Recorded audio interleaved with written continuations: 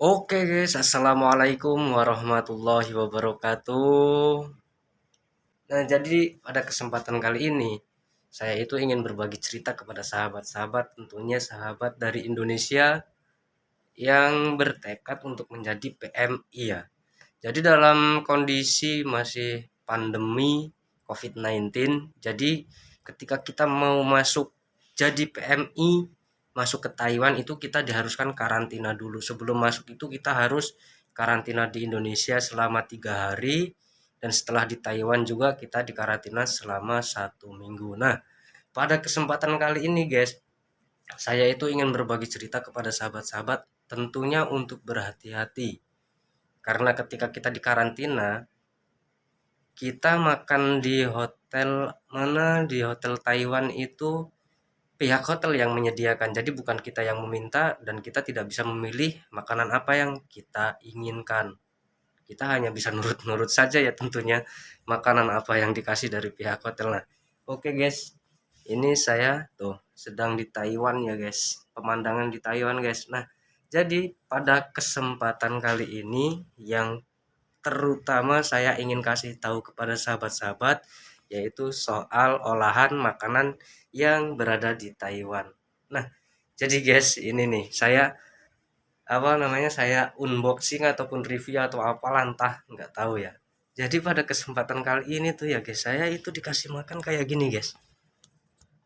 Hmm, Sahabat-sahabat, kelihatan nggak? Nah, ini setelah saya lihat itu saya hancurin, ternyata daging daging apa namanya, daging babi. Jadi kita itu harus teliti dan harus jeli ketika kita mau makan makanan di sini, tentunya buat sahabat-sahabat yang beragama muslim ya, agar kita itu tidak makan ataupun tidak termasuki oleh makanan-makanan yang dilarang oleh agama kita. Nah, jadi